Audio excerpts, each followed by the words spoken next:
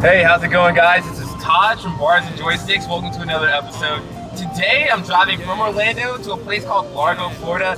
It's I'd say about 20 minutes in the Tampa area, greater Tampa area. And I'm going to a place called Conservative Browns. They are a conservative, that's their niche, a really conservative coffee shop. So I'm gonna make some friends, have some coffee, have a good time, I guess. Today's Donald Trump's birthday, so they're having a Donald Trump birthday bash all the way out here in Tampa, and it's gonna be interesting. Coming up. Whoa. Before you guys get the wrong idea, we're not some MAGA cats on this channel. We just saw that this time in history is just filled with conflict and less conversation, so we kind of wanted to reach out to the people on the other side and kind of get like a bar for bar and wrap across ideas and see if we can find some sort of common ground. We're gonna get back to more music, more video games, more fun on this channel, but right now we just wanted to have something a little bit interesting, just for viewers who might be into that. Let me know if this is something you want to see more of in the future. Like, we are a whole lot of different topics, a whole lot of different guests that we can bring on as well. So just let us know and we'll try to make it happen. Just tell us in the comments. And while you're here, make sure to check out NJNP for No Justice, No Peace by my boy Cosmic L. It really is a song for the revolution. Man, so when I finally arrived, I was kind of surprised to see just how it was designed. It's as if your conservative neighbor pretty much like made a coffee shop and decked it out with maybe 10 grand worth of shit. Man, it really was something. There was like pro-Trump memorabilia, a wall full of guns with the Second Amendment plastered on it. There's a Trump gift shop in the back next to like a fake replica of like the Oval Office. They had really good tea though. I actually didn't get coffee, I only got tea. They had some good tea. I approve of that tea. It's very southern. Yeah, the event was actually super pro-Trump. It was his birthday after all. They had a cake. They sang happy birthday to him like 3 different times. I think they did it like every hour on the hour, it felt like. And there were some singers, and they were singing a bunch of pro-Trump songs, which is pretty fucking crazy when you think about it. But I'm not one to judge, even though I just call it crazy. But yeah, I interviewed a few people, and here it is. Alright, so what makes you want to vote for Trump in 2020?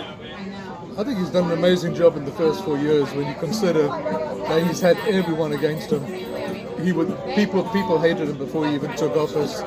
Yeah. He's done a lot for the country, he's done a lot for the economy, he's done a lot for people of color, he's done a lot for everyone in America, but the press just does not allow him any credit whatsoever. Yeah. He loves this country, no matter what people say about him. What he does for this country, and he loves America. Okay. Alright, what are your thoughts on things like Trump's like Twitter feed, and just like how he handled things like the coronavirus and things like that? I think he did a pretty good job on the coronavirus, despite what the press would have you believe. Mm-hmm. As regards Twitter, when you have a media that's totally against you and twists every single word you say regardless, there's not many other ways you can get the word out. So I think Twitter for him has worked pretty well. You know, he's an emotional guy, and sometimes he says things that may or may not come out right. But you know what? We're all human, and we all say things in a moment of passion that sometimes you think maybe I could have said this instead of that. But he said it, and he stands by what he says. But he hasn't got a media that's friendly to him. Even Fox News now is not friendly to him anymore. Yeah. It's been bought by Disney, and it's moving very rapidly to the left. So he hasn't got access to the American people without his own Twitter. And that's why he uses it, I think, because he has no option. Yeah. Okay. I know from what you said, you have like a very positive view on Donald Trump. If you could replace him with like a different Republican candidate, would you? I don't think I would, because I think truthfully America needs his electricity, his vibrancy, his passion, and we need to destroy what America was heading towards. The Hill, DC, was corrupt and rotten to the hilt. People come into power, and again, you mentioned Obama. Obama came in as a nobody and a nothing. No one even knew who he was. A few years later, he's worth $68 million with multi-million-dollar homes. How does he get that on a $400,000 a year salary? You know, we've got to get out of the system where people become politicians to get rich. You know, when the Constitution was written and people first came to this country, politicians were part-time. They came into Washington, they did a little bit of work, whatever they needed to do, went home. They didn't come in to get rich, they didn't come in for what they could make for themselves, and they certainly didn't come in to destroy this country and everything it stood for. And that is what Trump is destroying, and that's why there's so many forces against him right now, because they don't want, their leaders don't want change. And the change he's bringing is not what they're looking for, not what they've built the last 50 years. So another 4 years, hopefully he'll have opportunity to put more federal judges in place, because the bench has become so political. All the judicial, especially the federal courts, have become so political, where judges swear an allegiance, but then all they do is vote their politics, or who made them a federal judge, who elected them to that position. It's got to change, because if they don't, America's never going to be the land that it was. I mean, I believe our founding fathers right now are rolling in their graves, watching what's happening in this country, the destruction of our inner cities, socialism, Marxism, rampant. You got elected leaders doing nothing to help the citizens of that country, of their cities, their towns.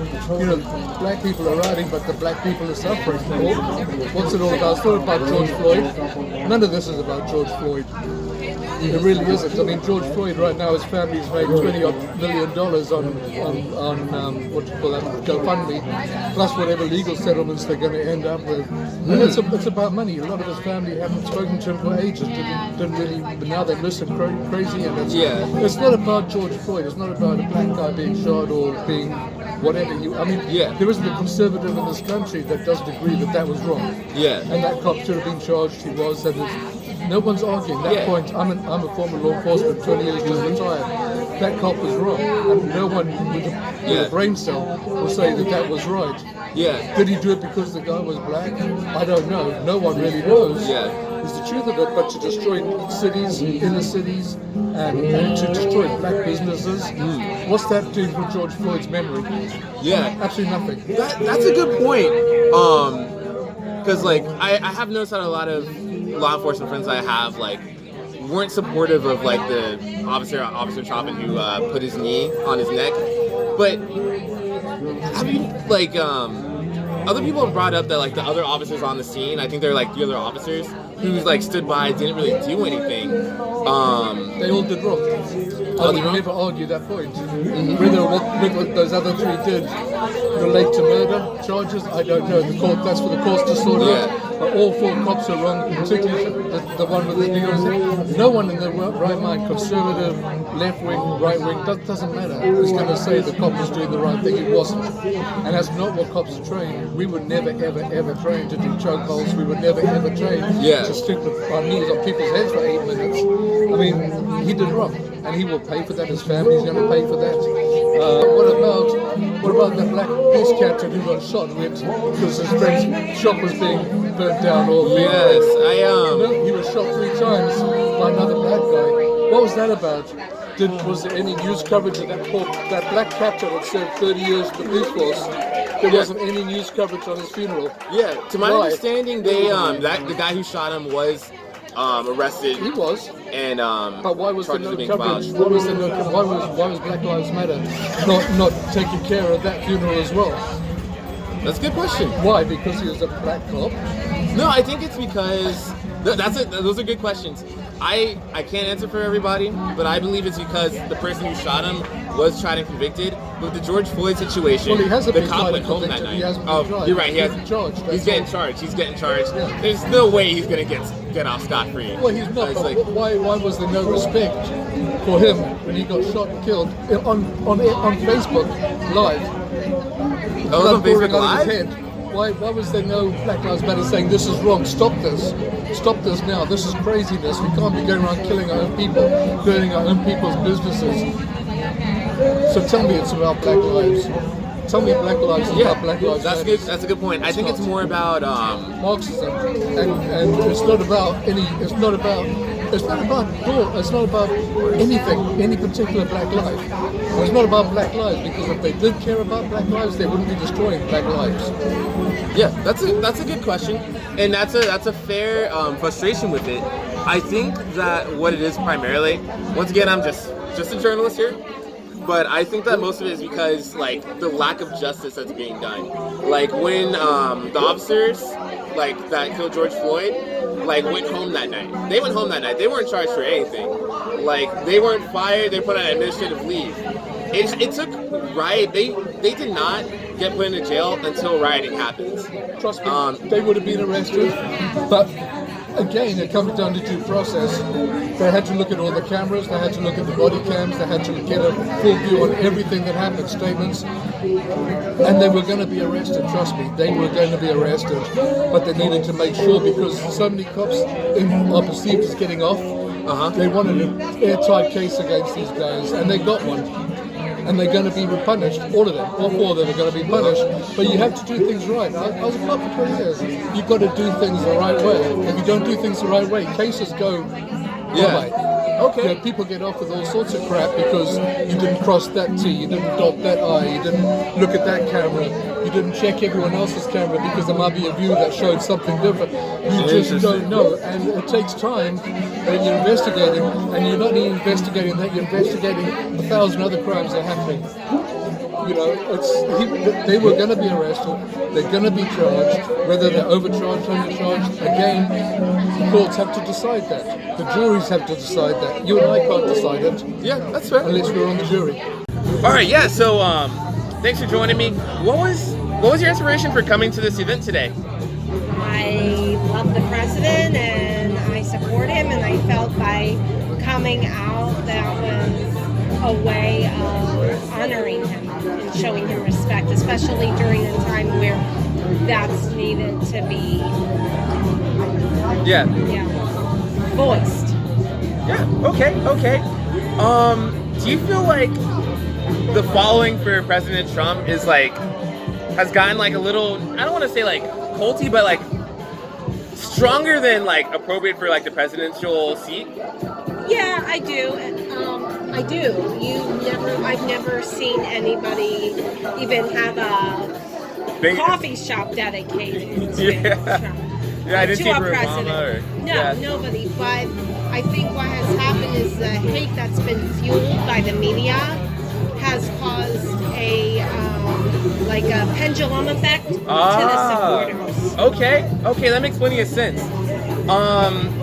If you had a choice between like replacing like Donald Trump with like a different Republican candidate, like who would it be? His son, Donald Trump Jr. Is he old? Oh, he is old enough. Yeah. He is old enough. Really? Well, what? I've never heard a response like that. What inspires you to Because I think respond he's that way? tough enough to handle the left. That's a problem. The left has become like bullies. Yeah. They become like a mob. The left, the conservative movement cannot afford to have somebody kind like a Ben Carson or even a Mike Pence. I think Mike Pence helps balance and soften the gruffness of Trump, but I think that it would have to be somebody gruff. Like Someone Trump. rough around the edges, ready to take Because- criticism. correct. Okay, I see that. Thick skin. Yeah. Yeah. Do you think it might be too thick sometimes, like not open to things like criticism or things like that? I've definitely heard the opposite of that, but like when it comes to things like leaving interviews too quickly or things like that, like do you feel like it could be a little more giving professional? himself a lot of self-praise. I know what you mean, stuff like that. Yeah. I mean, I think he could possibly tone down that a little. It doesn't help the situation. But I also think at the same time, the left, the media, the mainstream media, they're gonna slander him and tear him to pieces no matter what. He could come with a cure for cancer, and then they're going to criticize him that he's wiping out the medical industry, by finding the cure, and now, you know what I mean? Yeah, I definitely understand what you're saying, where you're coming from, and I think a lot of people here have like similar opinions. Yeah. There's times where I'm like, oh, you did not, and then there's other times I'm like, good for you kicking them in the unit. You know what I mean? Like, Yeah. because they're being bullies back, you know. But then, and I think that's the problem. Like I have had friends of mine who are not supporters of Trump, and they know I am, and they're like, well, you know, you being an employer, if you had an employee act like him to others, would you be okay with that? And I'm like, you're right, but I also wouldn't allow the other bullying to go on either. All right, perfect. All right, I turned on the recording. Hey guys, yeah. So yeah, pretty much the inspiration we said it was like because like Starbucks kept out like 6 stops, in like Arizona. Yeah, the inspiration was when Starbucks asked 6 police officers to leave. The next day I saw this news story and I thought that shouldn't happen in America. Yeah. There should be, you know, police officers, first responders, the military should be revered, not, you know, relegated and asked to leave. So we decided, you know, a couple months later to start this. We signed a lease. 5.5 months later, we built it out and we sold our first cup of coffee in February. Yeah, from the website when I looked it up, it said there was like a group of like 56 investors. There's 56 slots available. Slots. There are currently only about 47 founding fathers. We've left a few slots available for very large investors. Okay. Regarding like the Starbucks thing, just to be devil's advocate, like, do you think there might have been like a reason why the Starbucks employees might have asked the cops to leave? Well, supposedly because the patron didn't feel safe. Okay. That's the story, but that doesn't make any sense to me. Okay. I feel safe when the police are around. I don't understand why people don't feel safe. Yeah, there's just like a narrative in a history of them being like less than constitutional, I guess sometimes. Well, I think that's a very, very slim margin of them. And I don't think you find those stories when they're getting a cup of coffee at a coffee shop. Fair point. You know? Fair point. You know, so I don't think, I think just that painting the brush stroke of, you know, that's how police are. I think it's such a minute group. That I think that's you know, disingenuous to even describe police officers like that because it's such a small minority. Yeah. You know, there's I think 36,000 police forces around America, and we hear about a handful. Now that handful is bad, you know, but when you have the amount of police that are in America, I think, you know, the few give it a bad name. Yeah. And those are terrible. There are terrible instances, you know, but I don't believe that's how you should describe police officers because of a few bad. Yeah. Yeah. Would you recommend any like administrative changes to like law enforcement just like sweeping across the state, or at least in the state of Florida? I'm not educated enough in that kind of thing, and I don't. I'm not. You know. That's right. Yeah, I didn't want to put any like disparaging questions or anything. Yeah. But awesome. Yeah, I really appreciate it, Cliff. If you have any questions, I'll follow up. If I can get Starbucks on the phone, I'd also I'll let you know. If you want to join that conversation, I'll reach out to you beforehand. Man, today's episode really was something interesting. I had no clue that this place existed before coming over, and people had these opinions before asking them. So I really appreciate all of that. I know some of my savvy listeners probably had a bunch of rebuttals and questions that they wanted me to ask, so feel free to reach out and let me know what those could be. We can have a part 2 of this if you guys want. And also make sure while you're at it to check out our social medias and our Patreons, as well as checking out my boy Cosmic L's new single. Show some love to him. I have the link below. It really is a banging track when you don't hear the sounds of me commenting over it. So feel free to do that. But thank you for watching. Have a great rest of your day, and we're going to see you real soon.